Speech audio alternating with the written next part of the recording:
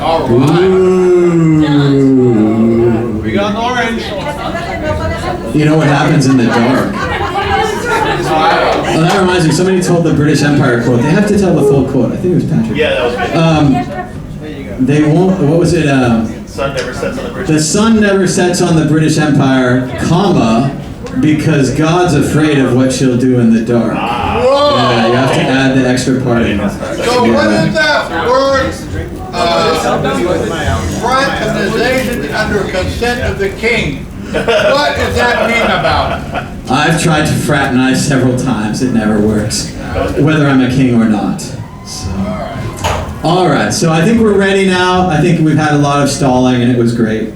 But we're here today to introduce a person who's made a cartoon show about Bitcoin. I don't know if you guys have seen it. This is like the South Park of Bitcoin. It's irreverent, it's strong, and it's animated. And like I was saying, my favorite part is when the Bitcoin guy, every 10 minutes, without his permission, without his understanding, he starts to puke out a ton of Bitcoin. And then they just run all over and they're like, it's so fun. Every time it just keeps happening in the show. I don't know where it's going to build to something if you figure it out, but no. Every time it's just, woo! It's got no control. No control. Have a little control of Bitcoin. So here he is, Broccoli Rob, the creator of Bitcoin and friends. Thank you. All right, so first little small correction is I'm producing this show. I don't know if I can quite say creator. That's a role, but thank you though. But yeah, my younger brother Chris is I would say more the creator of the show. But I'm aspiring to, I'm getting there. I'm working hard on it. Yes. Does Chris have a lisp? Because Bitcoin has a lisp. He does not. He's faking it. He's faking it. He's a good voice actor. Bitcoin has a lisp. The character. Bitcoin has a lisp, Yeah. Yes, but my brother does not. No. Why does Barry have a list? That's What's what I asked. going on here? What is there any significance we need to? Is there something we need to know ahead of time before you tell us about it? We don't really want to be surprised in any. Bitcoin isn't gay, if that's what you're asking. Well, Vitalik. We'll have some gay coins, but it won't be Bitcoin. Not that there's anything wrong. Not that there's anything wrong. It's just Bitcoin isn't gay. I never crossed that line. It's fine. Well, but you were pressing on the line. You So. know what? If you like assholes, it's fine with me. Yeah.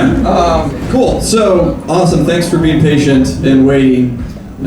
So I'm going to be telling you guys a little bit about the making of the show, and if you haven't seen it, perhaps tomorrow when we're at Ugly's Casa del Bitcoin, we might be able to throw it on a TV there or something. I brought all the episodes on my laptop, so for those who haven't seen it, maybe we can do that. But yeah, anyway, so Bitcoin and friends, the puke heard around the world. So when my brother Chris came to me about maybe a year and a half, 2 years ago, with the sort of initial idea, the germ of an idea, he said, I think it'd be really cool if Bitcoin pukes up the block reward, and that immediately resonated with me as a beautiful way to explain something that's abstract and difficult to understand in a way that's not technical, but kind of gets the idea across and is obviously fun. So that's poor Bitcoin, and you can see as the network grows in strength, his muscles get bigger, and then he pukes, and if the network is growing too quickly, then he's puking more frequently than he should, and so it can be a hard time for Bitcoin. So So before I get actually into the making, I did want to talk a little bit about sort of the impetus and what was driving us in terms of why we decided to do this show. And Chris and I, we are Bitcoiners from like 2013, 2014 is when we started getting into the space. And we both want to see mass adoption. Obviously, I think everyone here, or most people here, feel the same way. And so I see three kind of key pieces of what drives anything to mass adoption. The first thing, of course, being that whatever it is that you're trying to push forward, it has to address a real problem, and that seems fairly obvious. But in crypto, there are a lot of projects that are not really addressing real problems, or these sort of token economics models that don't seem to be working, for example. But Bitcoin really, from the very beginning, was created with a very specific purpose, which is to unseat central banks and to change the monetary system. And that's there's a real problem there. For mass adoption, I believe the technology needs to have a 10x advantage over the previous paradigm. This is not my idea, but I think it's a valid point.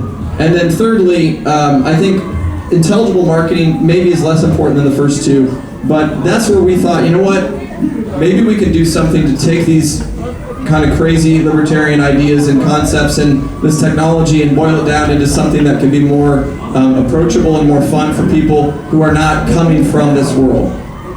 And so here you can see, one of the kind of ways that we're trying to do this is we're showing Bitcoin. He's a little coked out right there with his eyes, but he's holding the sword of scarcity and the shield of durability. And right. So we want to teach about these economic principles that are central to Bitcoin, but again, do it in a fun way.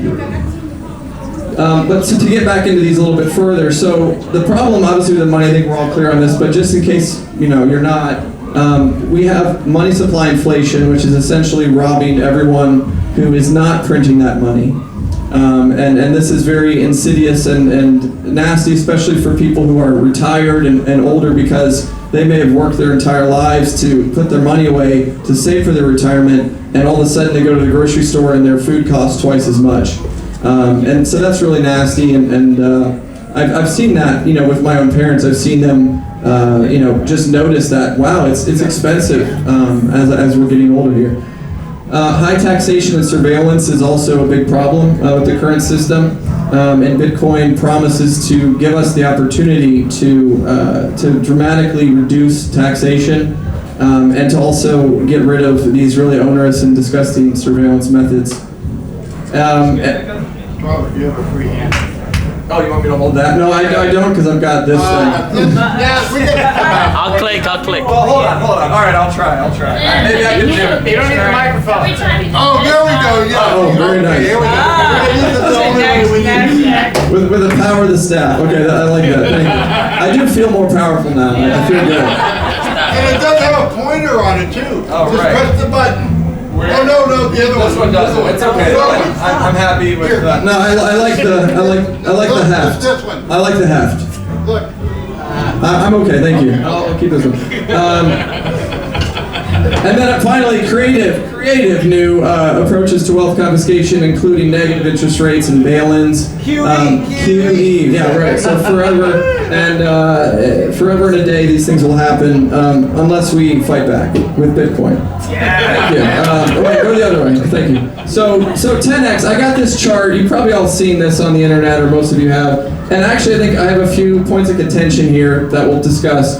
But generally speaking, this is a chart showing gold, fiat, crypto, and comparing some of these really important traits of money, like fungibility, portability, durability, scarcity, etc. And so, the question is Bitcoin 10 times better than fiat? Yes. And I think it's a resounding yes. And the main reason I think that is because the money is secure, that you can really hold it without worry. It's scarce. That's probably actually the most important. I should have put that on the top. Scarcity in money is what gives it value ultimately, and then self-sovereign. Self-sovereign is extremely important because it's what allows people to be free, is the ability to make decisions without asking for permission from bureaucrats. And so the one thing I don't like about this chart is he has sovereign, and he says that somehow government issued is a good thing, and that means that it's highly sovereign, and somehow Bitcoin, I think that's completely wrong. Yes. To say that the dollar is backed by the government and therefore it has value is nonsense. It's like saying a shitty token, is useful in some token economic way, therefore it's going to have value. No. If I have to pay taxes in dollars, then I will buy those dollars only to pay the tax, and that's the only time I will touch those dollars in a Bitcoin world. and hopefully we'll get to the point where all of that is completely gone. But yeah, so Bitcoin kills these other options pretty clearly. So, all right, let's go on. 9.6x. Yeah, 9.6 out of 10. Wait, what? Yeah, I'd say it's almost perfect. It's pretty darn close. Okay, so intelligible marketing. So this again is kind of where I'm hoping that Bitcoin can be Bitcoin and Friends can be of assistance. So I think we need to translate technology, and this is very important. So some examples would be from abstract to familiar, so DOS to Windows. So, tech nerdy types, we can deal with terminal, we can, get past that annoyance and learn how to use a terminal. But for a lot of people, that's just not going to happen. And, Windows comes along and obviously Mac as well, and they introduce an operating system that's more accessible to everybody. And all of a sudden, you go from a niche amount of people using computers to almost everyone on Earth being able to use a computer. And they did that by taking weird concepts and then translating them. And all of a sudden, instead of file structures, you have a folder. Oh, I know what a folder is, right? I have a folder in my desk, and I have files in that. And so now I can take these abstract things and relate them to something that's understandable. And so another example would be from Elite to Komen. So you had 90s cell phones were huge, clunky, very, very expensive. And over time, technology has developed such that iPhones are accessible to everyone, or most everyone, right? And that the price of these smartphones continues to drop. So it's our job to translate Bitcoin more and more in every way we can so that everyone on Earth can use it. And then secondly, and this is I think more where Bitcoin and Friends comes in, is I think appealing to youth is super important when you're introducing new technology, because when you can get a younger user, you have someone who is going to be a user for life, and B, they're probably, I don't want to offend anyone who's on the older side here, but they tend to be their brains are more plastic, more plasticity, and they can learn new concepts sometimes more easily. So how do you get to youth? Well, I think youth respond to colorful, vibrant imagery and design, right? They want to be sophisticated. They feel like the world is their oyster, right? I think there's a lot of positivity and hope generally with youth. And part of that is they want to feel like they're growing up and they're becoming something.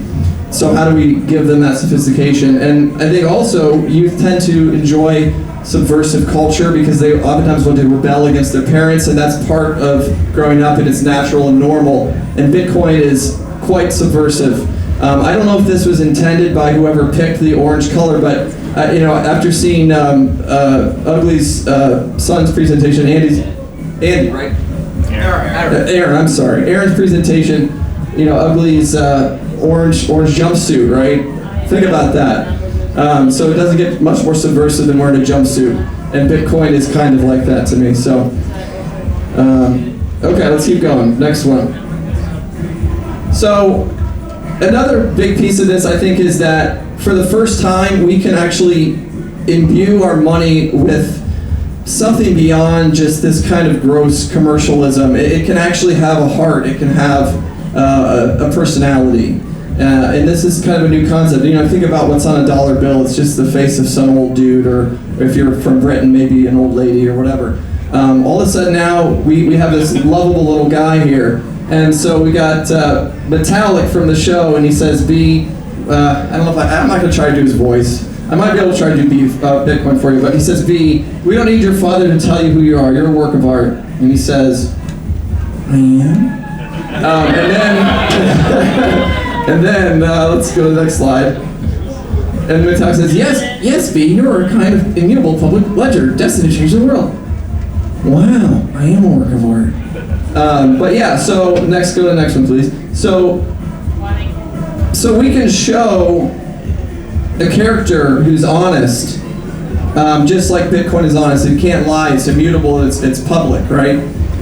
He's young and naive. Bitcoin's 10 years old, and this community has a lot of heart, a lot of ambition, and it's young, and that's good, and that's actually attractive to young people, just like the character in the show. He's open and he's not prejudiced, right? So we created the character to be kind of naive and kind of like a child, and we think that's a really positive thing. And again, that's young people can understand that because they feel naive oftentimes because they're approaching things they've never seen before. He's a new kid on the block. He's the underdog.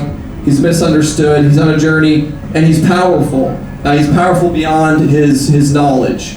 And this is very true for Bitcoin. This technology, I do believe, unless some crazy thing happens, the odds are very high that it's going to replace all money on Earth, like a giant singularity that's just going to suck all the value out of everything on Earth into it.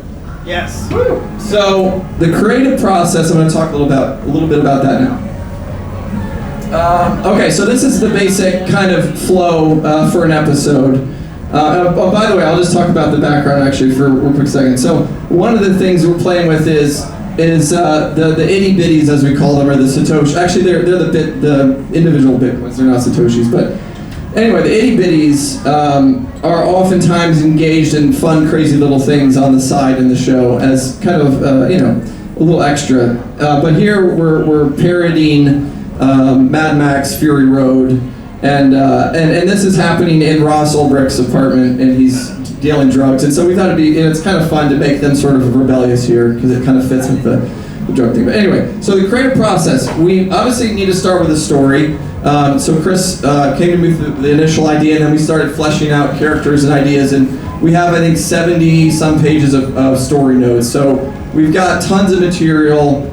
We have a 3-season story arc that we're really pumped about, and I think we could go beyond 3 seasons, but we can definitely have a nice kind of bow wrapped around it 3-season show for sure. So story, then the script, which Chris mostly does, although I've helped him on a few scripts as well. Storyboards, character art, voice acting, animatic, which is basically like the storyboards with voices and effects, sound effects, and some music and so on. Essentially everything but the finished animation.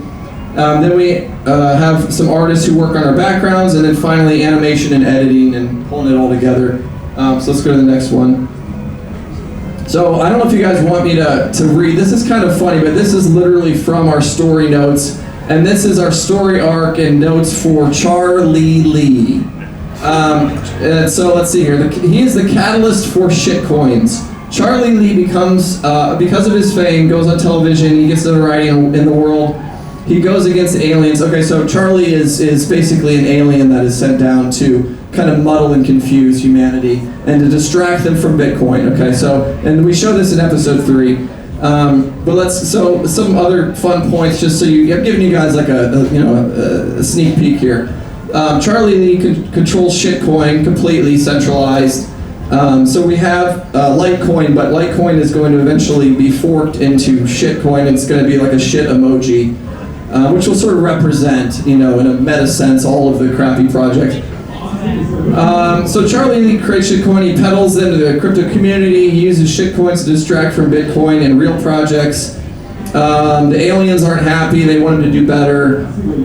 He's hated amongst the developer community. But let's see. At his lowest, he's asked for an interview in the banks. Then he's on TV. I'm not going to bore you guys, but bottom line is this is just kind of a snapshot of one character and some of the ideas we have, and it's very rough, obviously. And this is, I think, our process is we just like to kind of puke out as many good ideas or even bad ideas as we can for specific characters, and then we come back to that at different times as we're writing and add to it. And but that's sort of the outline. But anyway, so he's going to eventually get pulled into the community, and he's going to kind of become like part of the community. He's going to be accepted, but he's also ultimately going to be a bit of a disappointment. He becomes super rich off his Litecoin holdings, and he dumps them all in his community because he doesn't want a conflict of interest, right? That makes perfect sense. And he's a bit of an idiot savant, and he's kind of a disappointment, but we love him, and he's going to be kind of a lovable character. So that's Charlie Lee. Let's keep going. So here's an example of some script from episode 3. Obviously, that looks pretty much like a normal script. Chris does most of the kind of boring script writing like that, but I've helped him a bit, and we'll continue to. Let's keep going. That's a storyboard from Chris. So he's I think, fairly artistically inclined. I love his little, little illustrations. And then, of course, notes about what's happening. So this is a tracking shot. Let's keep going. So now character art has been really fun. And we have a really talented artist, Bernie Torres. And so basically, like a lot of things in Bitcoin, there's sort of a natural evolution that happens, and we were definitely inspired by the roller coaster Bitcoin meme, as you can see there. And we plan to have Bitcoin ride a roller coaster probably more than once in the show. To maybe we'll have like a price chart following him as he goes, and it'll be a fun way to illustrate the ups and downs of the market. So that was like version 1 for Bitcoin. And then let's keep going. Slightly different here for episode 1.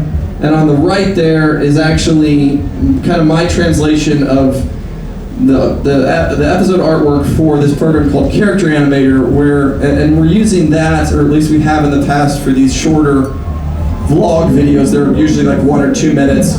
And the idea there was we wanted to be able to put out content more frequently than once every like 2 months, because that's how long it's been taking to put these episodes together. So like sort of current event stuff. In this one, this was called Trash Tag, and he was down in Venezuela picking up bolivars and putting them in the garbage cans because the streets were messy. So he was doing his part. And yeah, you can watch, those are all on our YouTube too, so there's some fun stuff. So then this is the redesign, which I really love, that we have in episode 2 and 3. And it's a little hard to see maybe from way back there, but he's got a little bit of weathering. You can kind of see like the edges are kind of kind of messy, and it gives them sort of a more realistic, I feel like, kind of organic, messy feel. And then he's got the big B on his back, which was a new thing too. So let's keep going. So here is Jake, who does the voice of Metallic, Hal 50, and a bunch of other characters. Really talented guy. And also done some production work as well, and been really awesome. Chris, my brother, there is in the middle. This is actually his wedding day about, 4 or 5 months ago, and that's obviously me on the right. And here's our voice acting booth, which is basically the corner of our room, and we just like moved a door and then propped up a bunch of crap, and it's pretty ghetto, but and that's Final Cut Pro there rocking. But yeah, it's working out. You gotta do what you gotta do. So a little behind the scenes. Here's an example of some of what an animatic looks like. I didn't have one to actually show you because I didn't know how to import it into this program, but yeah, it's basically just kind of the main frames for each scene laid out in video format with voice and dialogue and sound effects and music and stuff. Okay, keep going. Here are some backgrounds, and we have 2 really talented artists from, I think they're both Portugal, if I remember correctly. Been really awesome to work with those 2 guys. And it's fun because they've actually been able to kind of add in some of their own, I guess these 2 aren't a good illustration of it, but you'll find really funny little kind of Easter eggs and stuff that they put in. And a lot of that's just been purely their own kind of thinking, which is fun. So it's nice to give artists a little bit of room to kind of put their own mark in, and that's been fun. So then the next part is the animation and editing, and this is a lot of work. But so for example, for frame-by-frame animation, which is what we have been doing for most of the animation, it takes an animator about 1 week to do 1 minute of animation. And so, you're talking about lots of time to do a 20 to 30 minute episode. But yeah, it's pretty impressive what these guys have been able to do. We've got a team of 3 guys in the Philippines that are our main animators, and they've been amazing. And we're also now using that program I mentioned before called Character Animator, so we're going to start using that more, which is going to cut our production time down quite a bit. Let's keep going. So I guess just a few more thoughts. Bitcoin is cooler than your fiat money, and as we all know, the orange coin is good and it keeps going up and it's backed by math. Or you can choose the dirty cotton fiat petrol dollar backed by war. So we want to make this distinction really clear for people that Bitcoin is cooler. It's cool for a million reasons. I think I got one more in here. And he's also cooler than your crypto. So, in the show, we're going to have other crypto coins, and we're going to kind of have fun with them. So that's Litecoin, and he's not going to say anything in the show except for, oh my gosh. So he's just going to have this kind of silly affectation. And again, no conflict of interest with Litecoin because the founder sold it at the top on everyone. And then Ethereum here is the world computer which runs on AWS, and Ethereum 2.0 is coming any day now, so don't worry.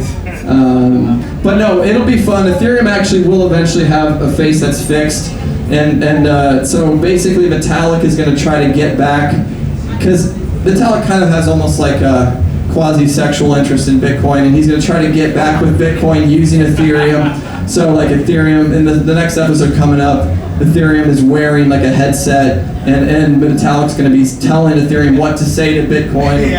It's a brilliant scene. My brother did really good on that one. So anyway, it'll be fun. And then of course, Bitcoin, network effect, adoption, security, history, trust, etc. There's so many reasons why, and I'm going to be honest here. I, like a lot of us, had a time where I flirted more with other crypto assets, and I think it's fine. Like, people need to have the freedom to try different things, but I think it's important, and I think this is why we're all here, is that we stand up and tell people, I've been in this scene for a while now, and I've seen a lot of, chicanery or whatever you want to say, and we just need to be more vocal to push Bitcoin, because it's the only one that has any real chance of doing anything anywhere near what we're all hoping. At least that's as far as I can see today. So that's it. Thanks for your attention. Really fun talking to you guys. And thank you.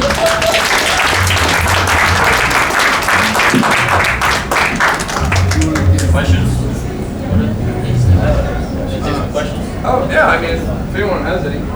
I can, if anyone has any questions, I'm happy to. Better have Do you have any plans to have it in any other language? Say again? Do you have any plans to have it in any other language? Plans in any other language.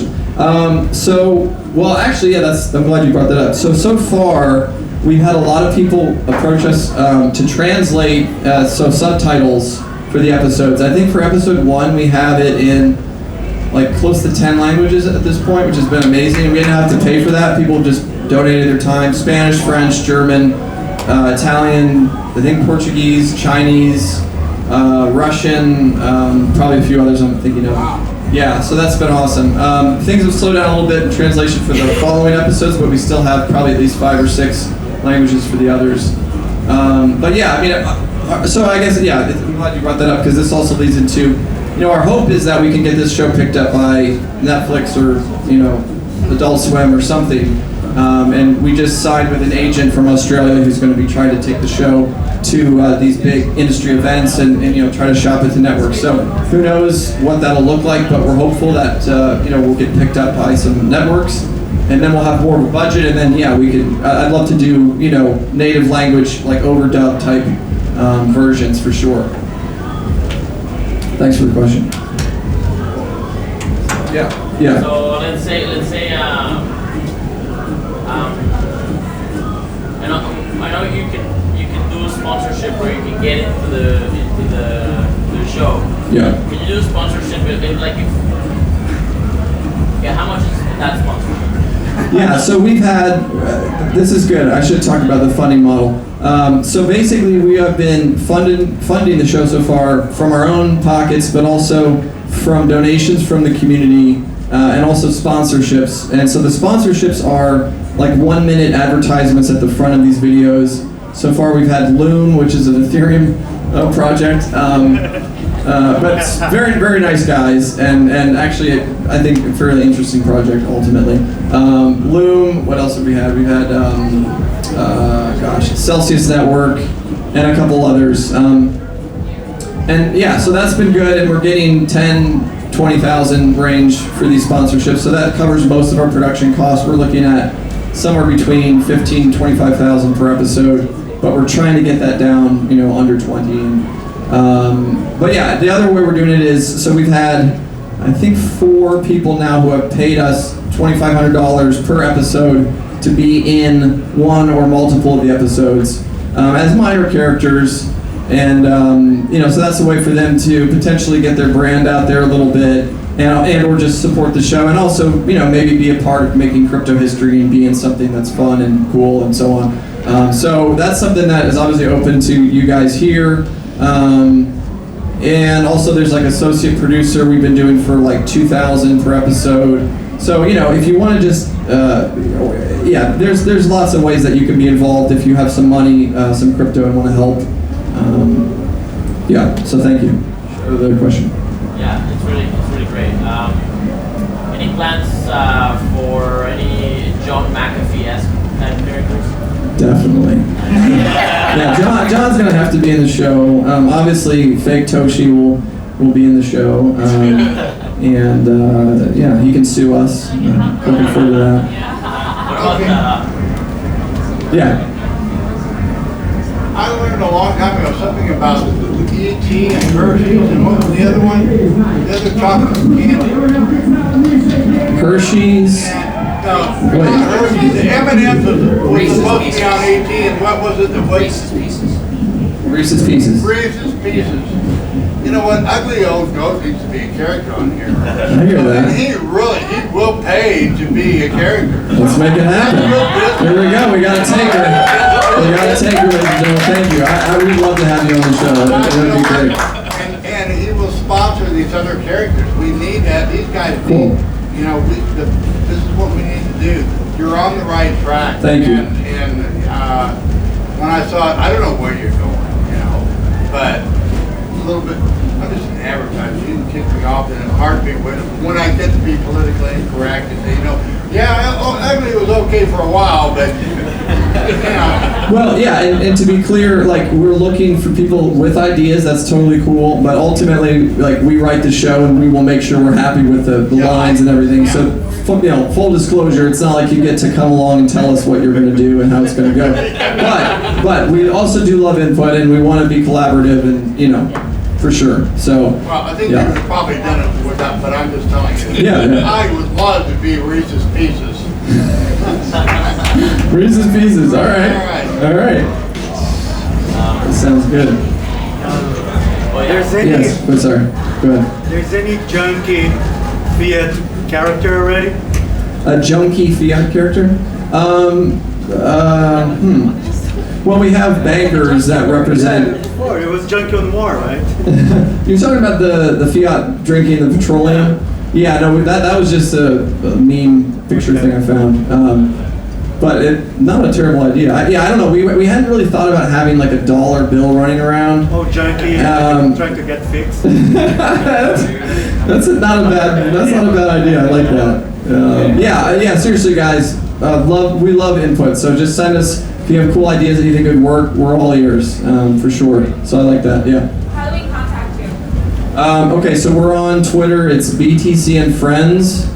At BTC and Friends. So yeah, please follow and like our videos, and we'll be in touch on there. Also, hello@btcandfriends.com is our email, so you can reach us there. The website is getting a remake also, which has been awesome. A company came along and just offered to do our site for us, to redo it for free, which has been amazing. They did a great job. So that's going to look super polished here very shortly. A lot of good stuff. What else? There's probably a few other good things I'm missing, but a lot of good things have happened. The one negative is that YouTube basically like shadow banned our content because I guess it's not appropriate for kids or something, even though we had made it age restricted. But anyway, so the first video we're like 260,000 some plays. Second video is at like 100 and something. So that hurt a little bit. It hurt the momentum, but we're you get hit when you try to do something interesting. I think it's not always straight uphill. You gotta have a little struggle, right? So, yeah. Wait, what? Huddle Knot. That could be fun. Who knows? I mean, yeah, it's a possibility. There's so much fun to do. Nothing is sacred. Nothing is sacred. Yeah. Bitcoin. Oh, sure. We are open. If Bitcoin can be destroyed, come and get us. Yeah, for sure. I mean, in the second episode of the show, the characters go to, basically Porcupine Freedom Fest, which is up in New Hampshire. I went there in 2011. It's a great event. I didn't buy Bitcoin then. I should have. Forever. I hate myself for that. But anyway, it was a kind of a crazy event, and it's sort of like hippies meets, anarchists meets like finance people, and it's just a weird hodgepodge. Which, so anyway, it's easy to poke fun a little bit. It's all in good fun. It's all in love. But yeah, we think it's important to poke fun at everyone, which is that's how South Park works. And I think as long as you're insulting everybody, then no one can be that offended, and so it's good. We all need to laugh at ourselves. Yeah. Since you brought up PorkFest, would you and/or your brother be interested in speaking at PorkFest? Yeah, sure, Okay. definitely. I'll be in touch. Okay, cool, awesome. Yeah, thank you. We'll probably he invited me. I got the same invite, so he got a conspiracy going. Cool. All right, we're gonna make it happen. I came by to poach all your speakers. We're bringing the boat to PorkFest. The whole boat. All right. Cool. Thank you guys. Yeah. Appreciate it.